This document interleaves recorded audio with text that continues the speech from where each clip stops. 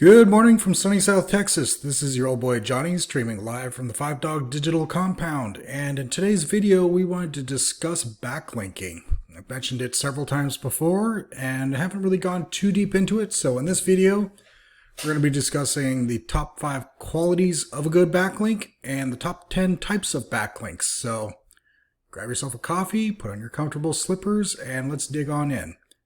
First, what is a backlink? Backlinks are also called inbound links, incoming links, or one-way links. These are links from one website or to a page on another website.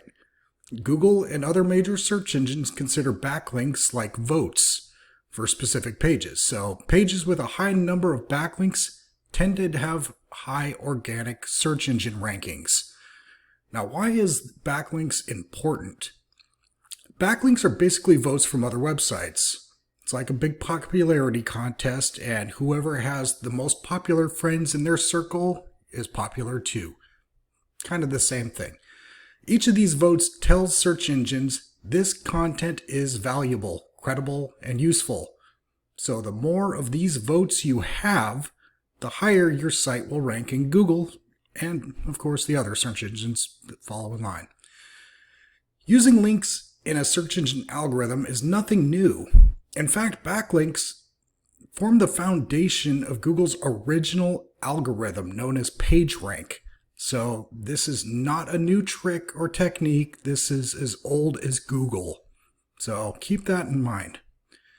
And regarding backlinks, real quick, I wanted to add this note. Quality trumps quantity. So I've done a lot of web audits recently, and what I find oftentimes is someone will have like 750 backlinks, but all of those links are coming from domains that have no domain authority. So that's a lot of not helpful links. So you're really wasting a lot of time, effort, and money building links that aren't going to be helping you out.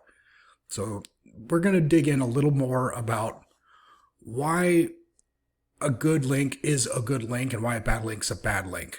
But the fact is, a single quality backlink can be more powerful than 1,000 bad backlinks. As it turns out, high quality backlinks tend to share certain traits. Trait 1. They come from trusted, authoritative websites. Now, would you rather get a backlink from Harvard or some random dude's website that just blogs about QAnon stuff? As it turns out, Google feels the same way. That Harvard link is a lot more valuable. This is a concept known as domain authority. Essentially, the more authority a site has, the more authority it can pass on to your site through the link. So, trait 2. They have your target keyword in the link's anchor text.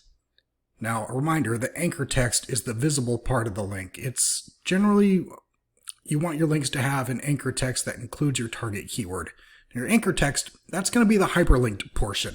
So you got your article or blog or whatever source it is you're trying to get them to link to. There's going to be a link there, an anchor text, a hyperlink that they click and follow to your site. So that's where we're going with this.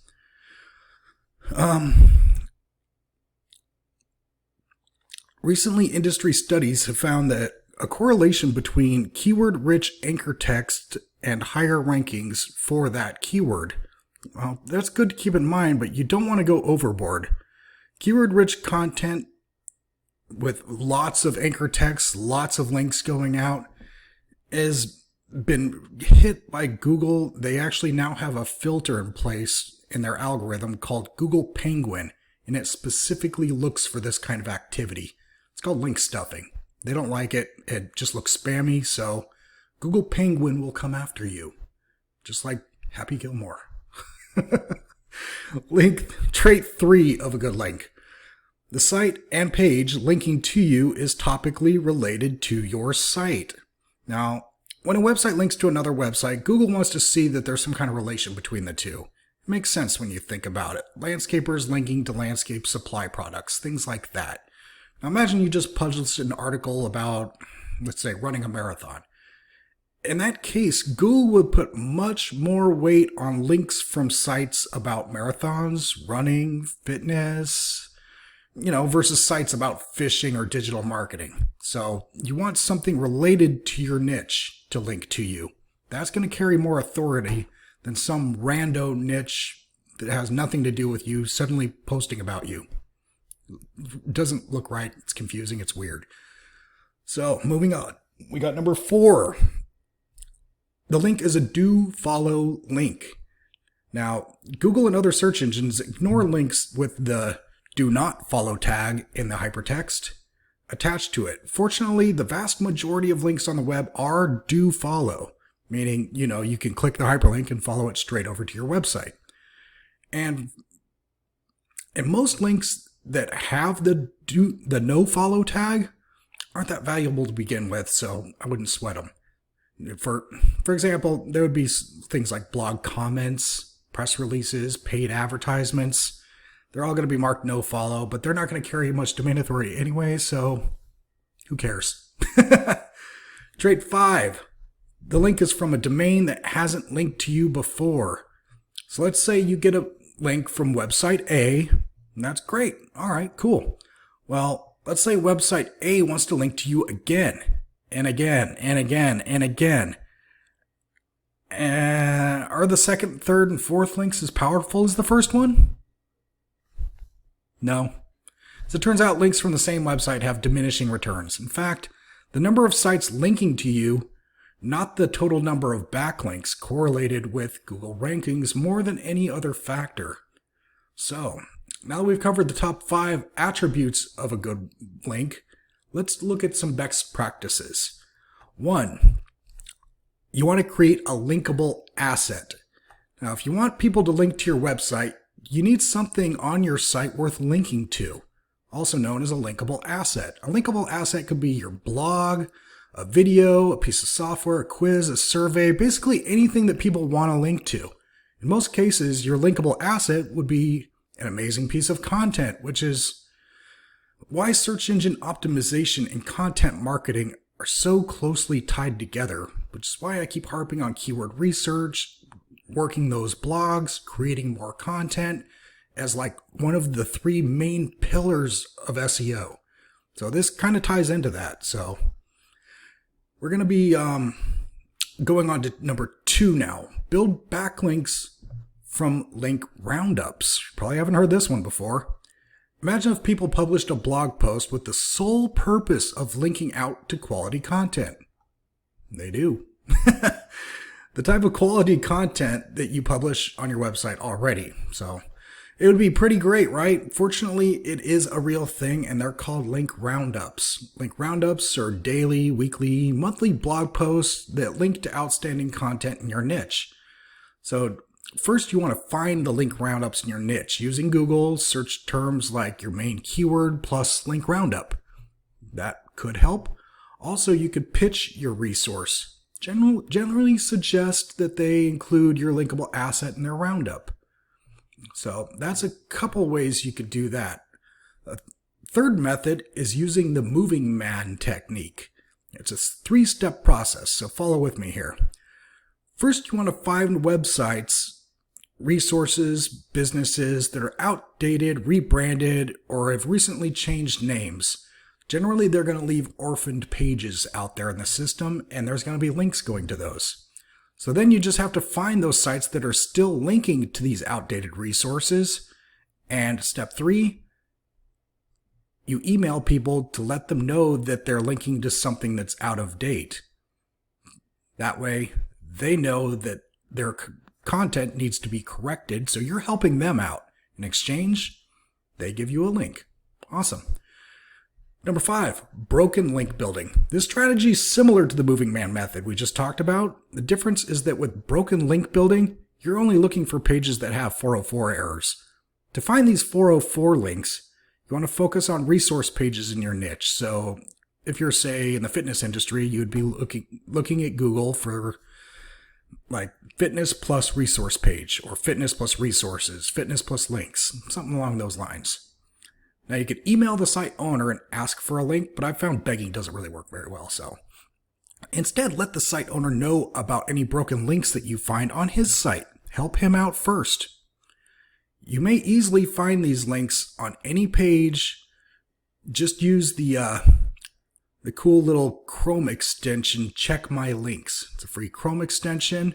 Use that and you will find broken links on a lot of different sites that you want links to.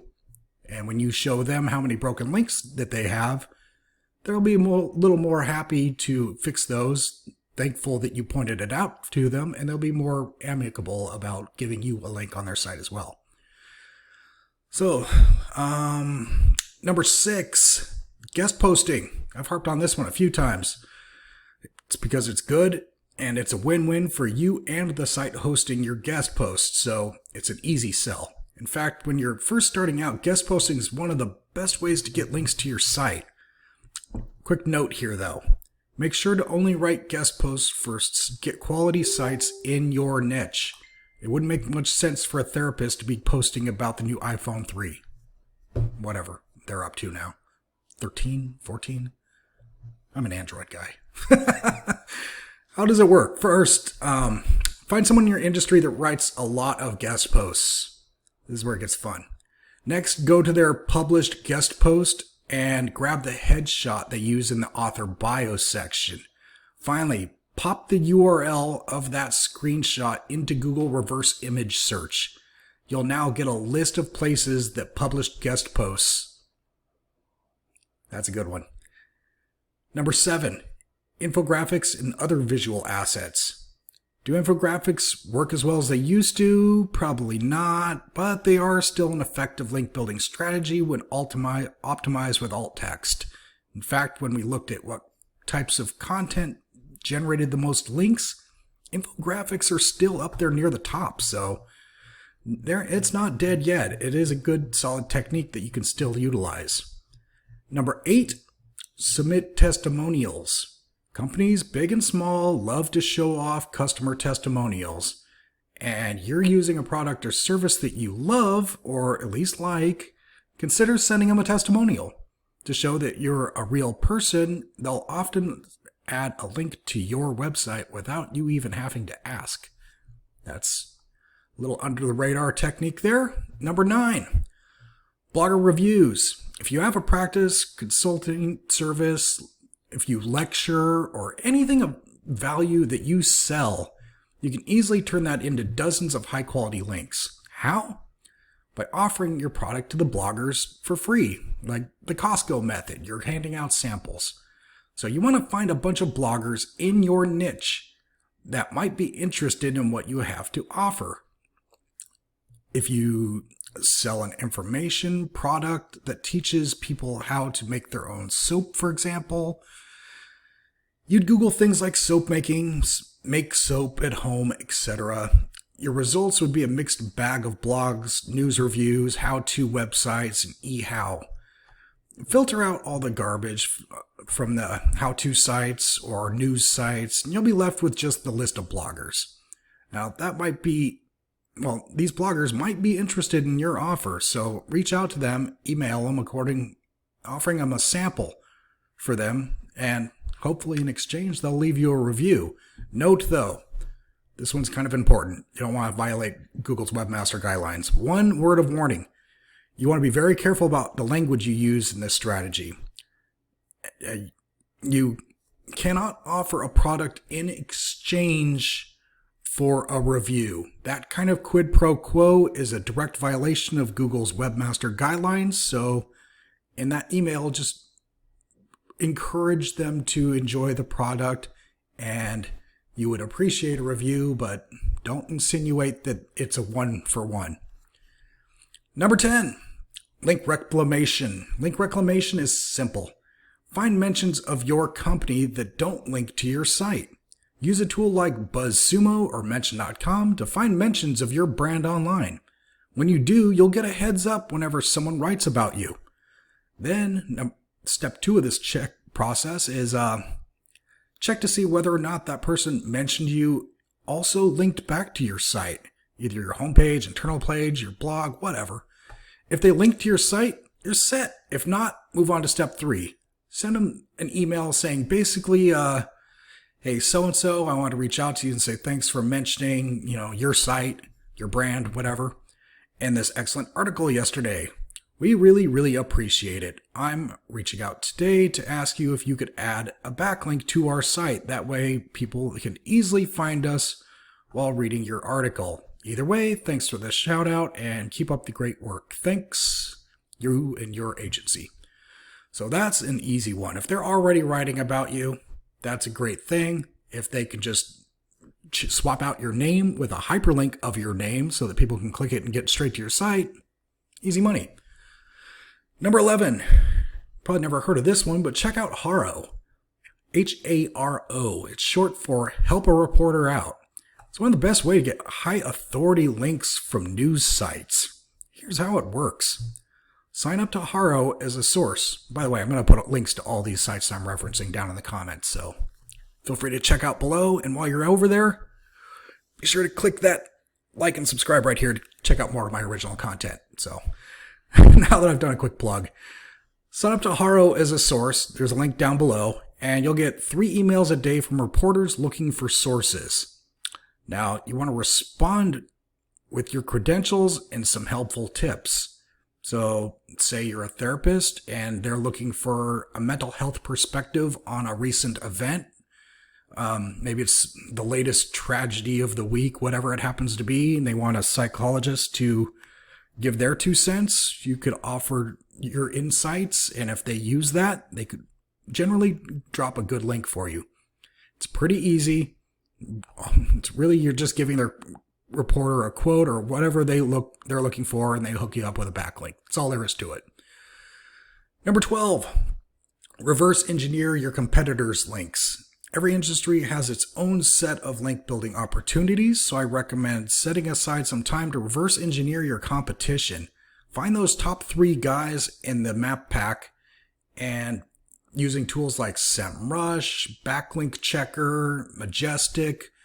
These are all great tools that you can plug their URL in and find everywhere that they have backlinks so that you can explore the opportunity of grabbing those same sites as backlinks for yourself.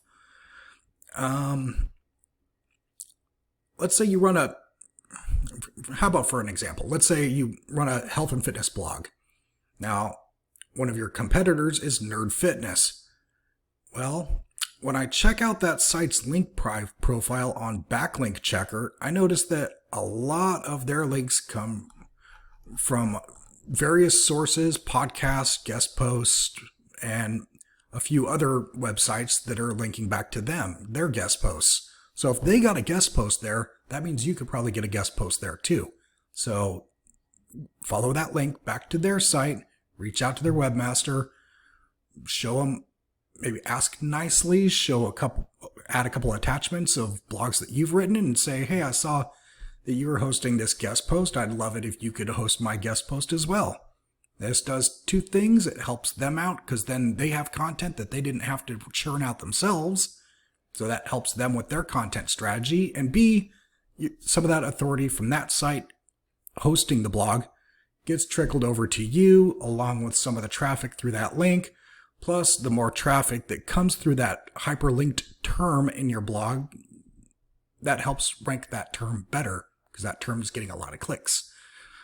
So that is my top 12 sources for backlinks and the top 5 attributes of a good backlink.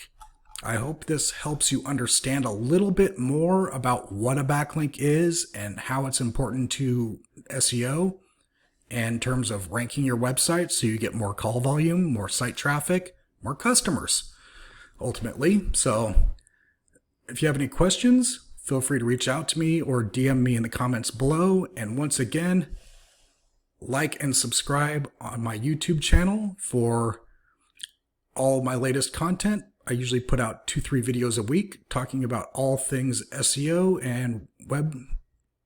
So like and subscribe, and I will see you in the next video. Thanks for joining me today. Bye.